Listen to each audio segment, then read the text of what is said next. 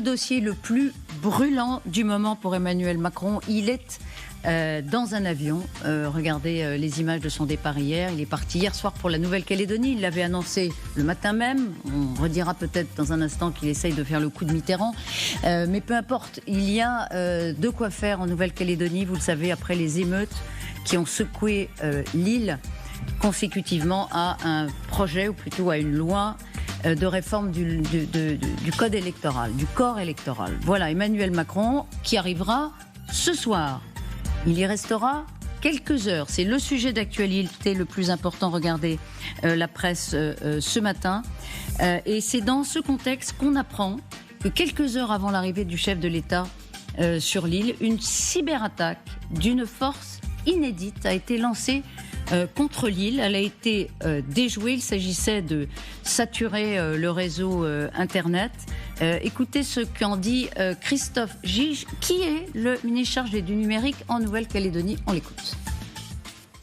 Que nous avons subi la nuit dernière une cyberattaque d'une force inédite en Nouvelle-Calédonie. Cette attaque a été engagée très peu de temps après l'annonce de la venue du président de la République en Nouvelle-Calédonie. En gros, c'est des millions de mails qui ont été envoyés de manière simultanée sur une adresse mail qui avait comme objet de saturer le réseau Internet calédonien et de le rendre inopérant.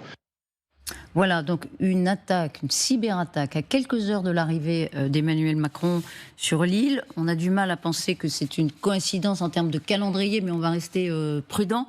Des cyberattaques, il y en a eu en métropole, il y en a maintenant en Nouvelle-Calédonie. On a parlé d'ingérence. Tout ça se tient, si je puis dire. Absolument, je n'aurais pas pu mieux le dire que ce que vous venez de dire, Elisabeth. En effet, on a évoqué et prouvé les ingérences ou tentatives d'ingérence de l'Azerbaïdjan, donc d'une certaine manière des Russes, peut-être même des Chinois. Faut-il rappeler que le réseau TikTok a été interdit sur le territoire de Nouvelle-Calédonie, réseau TikTok chinois. Je ne formule aucune accusation, mais voilà les pièces du dossier. C'est assez impressionnant. Je n'ai pas souvenir d'une cyberattaque dans un département ou un territoire d'outre-mer récemment. C'est un cadeau de bienvenue au chef de l'État ?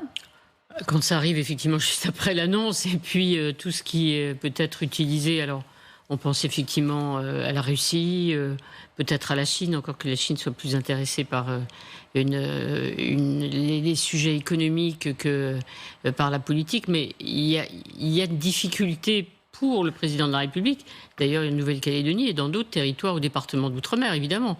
Donc chaque fois qu'on le voit bien, on parle beaucoup, bien sûr, de Mayotte aussi, où on voit une possibilité aussi d'influence, on va dire comme ça, russe.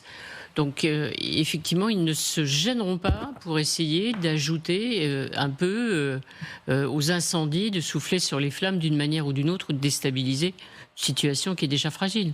Christophe Gigès, vous êtes avec nous. Merci beaucoup.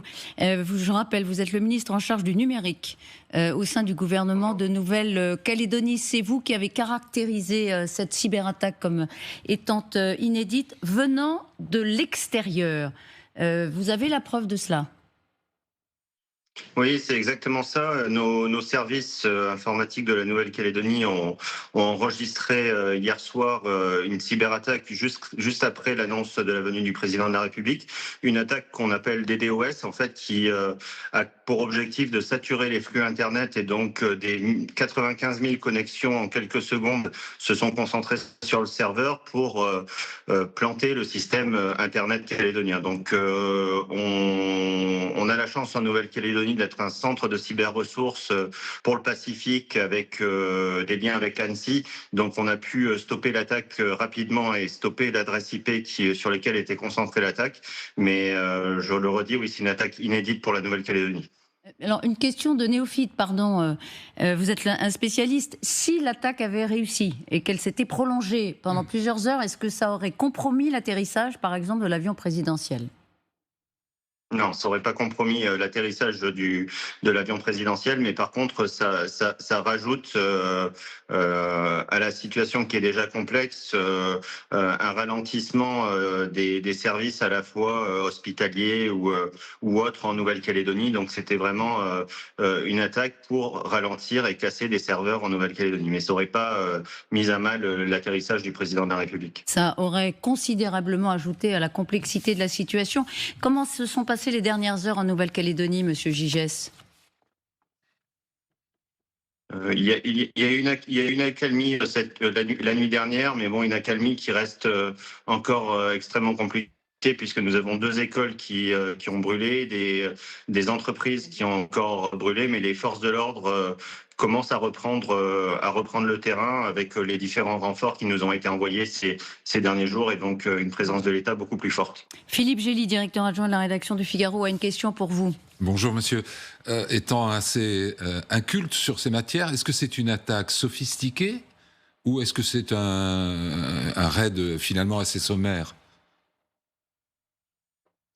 Non, c'est une attaque sophistiquée puisque on avait déjà eu en Nouvelle-Calédonie des petites attaques en provenance de l'étranger qui avaient mis à mal nos serveurs. Là, le fait d'avoir 95 000 connexions sur un même serveur en quelques secondes montrait que c'était particulièrement préparé. Donc non, on est sur un volume d'attaques qui, je le redis, inédit.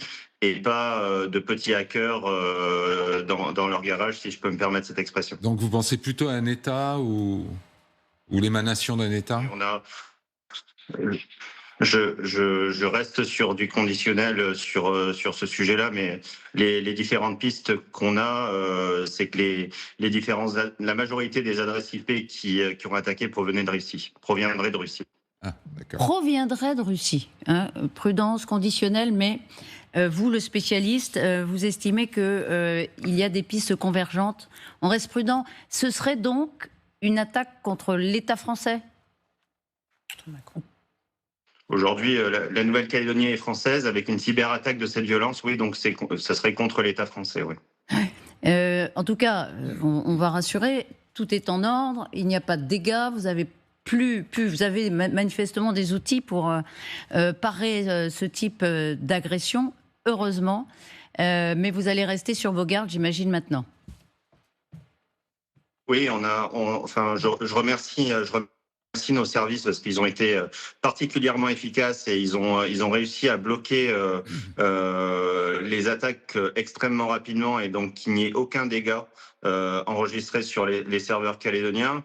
Le fait qu'on ait des liens avec l'ANSSI, qui est l'agence nationale qui s'occupe de ces sujets, nous a permis aussi d'orienter directement les autres collectivités et les entreprises stratégiques vers les procédures pour se sécuriser encore plus. Donc, on a réussi à bloquer et on se sécurise encore plus parce qu'on sait qu'on est attaqué par ces cybercriminels.